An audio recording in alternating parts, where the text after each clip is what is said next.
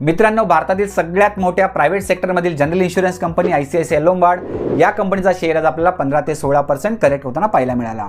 कारण कंपनीने त्यांचे क्वार्टर वनचे नंबर्स अनाउन्स केले आहेत, ज्याच्यामध्ये नंबर्स हे अतिशय खराब राहिले आहेत. म्हणजेच कंपनीने जे एक्सपेक्टेशन ठेवले होते त्यापेक्षा खूपच वीक आपल्याला नंबर्स आलेले पाहायला मिळाले. आता या क्वार्टरचा त्यांचा जर नेट प्रॉफिट बघायचा झाला तर तो होता 403 कोटी आणि लास्ट इयरला याच क्वार्टरमध्ये त्यांना नेट प्रॉफिट झाला होता 747 कोटीच्या आसपास. म्हणजे याच्यामध्ये जर आपण घसरण बघायची झाली तर 46% घसरण आपल्याला पाहायला मिळते. आता अजून एक मुख्य कारण आहे ते म्हणजे क्लेममध्ये मोठ्या प्रमाणात वाढ झाली आहे आणि कंपनीला मोटर थर्ड पार्टी बिझनेससाठी 165 कोटींची अतिरिक्त रिझर्व्ह प्रोव्हिजन करावी लागली आहे. तर याशिवाय कंपनीला 63 कोटींचे 2 मोठे फायर इन्शुरन्स क्लेम देखील द्यावे लागले, ज्यामुळे कंबाईन रेशोवर 1% नकारात्मक परिणाम झालेला आपला पाहायला मिळते. तर अशा प्रकारचे अपडेट्स आहेत मित्रांनो, ज्याच्यामुळे आपल्याला स्टॉक जो आहे तो आज खूप प्रेशरमध्ये पाहायला मिळाला. 15 ते 16% करेक्शन झालं. आता या करेक्शनमुळे सगळ्यांसमोर एक प्रश्न उभा राहिलाच असेल की आता स्टॉकमध्ये आपल्याला पुढे काय करायला पाहिजे. त्याच्यामध्ये वेगवेगळ्या टाईपचे ट्रेडर असू शकतात. कोणी शॉर्ट टर्म ट्रेडर असेल, कोणी स्विंग ट्रेडिंग करत असेल किंवा लॉंग टर्मचा विचार करत असेल. तर त्यांच्यासाठी मित्रांनो आपल्याला काय करावं लागणार आहे, सगळ्यात पहिले या स्टॉकचं आपल्याला प्रॉपर डीपली अनालिसिस करावं लागणार आहे. त्यासाठी आपले 4 इम्पॉर्टंट फॅक्टर्स आहेत, त्याच्यावर आपण डीपली अनालिसिस करणार आणि त्यानंतर मग आपण हे ठरवू शकणार आहोत की हा स्टॉक आपला ट्रेडिंग किंवा इन्व्हेस्टमेंटच्या दृष्टिकोनातून योग्य आहे की नाही. तसेच व्हिडिओच्या शेवटी या स्टॉकवर माझा पर्सनल व्ह्यू काय आहे तो देखील मी तुमच्यासोबत शेअर करणार आहे. त्याच्यामुळे आपली व्हिडिओ खूप इंटरेस्टिंग होणार आहे. तुम्ही शेवट पण नक्की बघा आणि आपल्या चॅनलवरती नवीन असाल तर आपला चॅनल पहिले सबस्क्राईब करून घ्या आणि साईडला जो बेल बटन आहे तो प्रेस करायला विसरू नका. कारण की जेव्हा पण अशी इन्फॉर्मेटिव्ह न्यूज अपडेट्स आम्ही तुमच्याकडे आणत असतो ते अपडेट जर तुम्हाला वेळेवरती मिळाल्या आणि वेळेवरती तुम्ही जर डिसिजन घेतला मित्रांनो तर नक्की तुमच्यासाठी तो फायदेशीर ठरू शकतो. तर चला आता आपल्या मेन टॉपिकला आपण सुरुवात करूयात. जय हिंद, जय महाराष्ट्र. द स्टॉक सिलेक्शन आपल्या युट्यूब चॅनलमध्ये तुम्हाला सगळ्यांचे स्वागत आहे. तर मित्रांनो, जसे तुम्हाला सांगितले की आपण 4 इम्पॉर्टंट फॅक्टरवर डीपली अनालिसिस करणार आहोत. त्यातला सगळ्यात पहिला फॅक्टर आहे तो म्हणजे फंडामेंटलचा. त्याच्यामध्ये आपल्याला समजतं की कंपनी फंडामेंटली स्ट्रॉंग आहे की वीक आहे.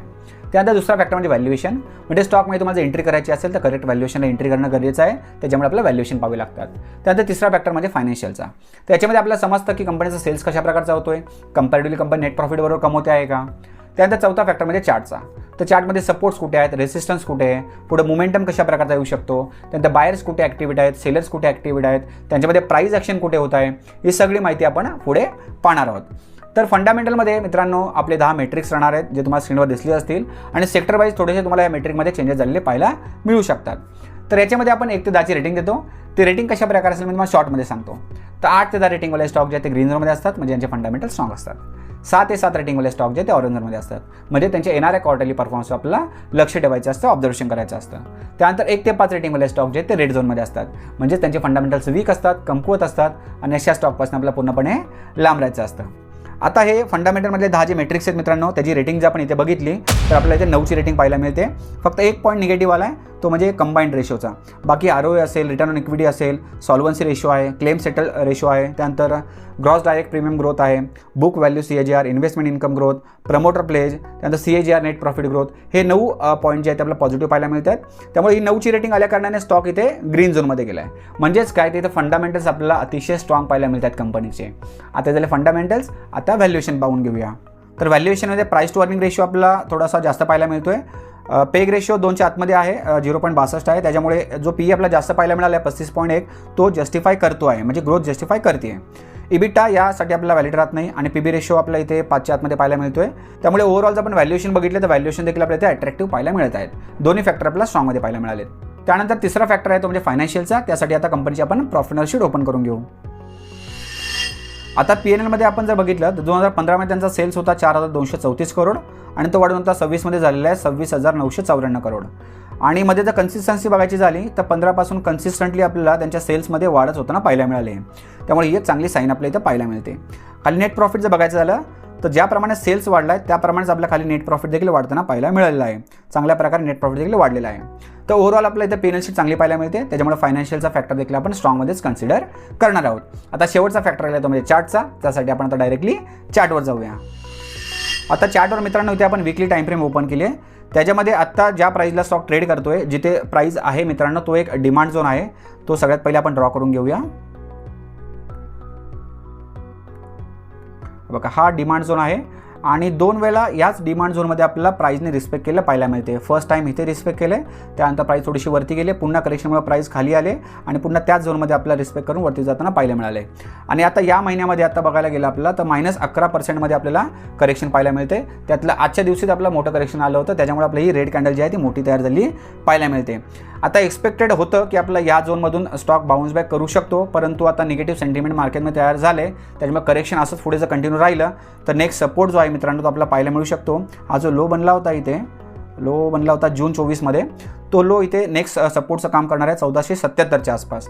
आणि तो देखील जर ब्रेक झाला त्या पुढचा सपोर्ट जो आहे तो आपल्याला इथे पाहायला मिळू शकतो 1262च्या आसपास.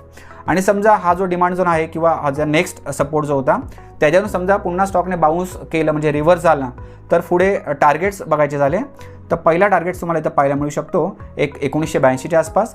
त्यानंतर नेक्स्ट टार्गेट जो आहे तो आपल्याला इथे 2299च्या आसपास इथे पाहायला मिळू शकतो.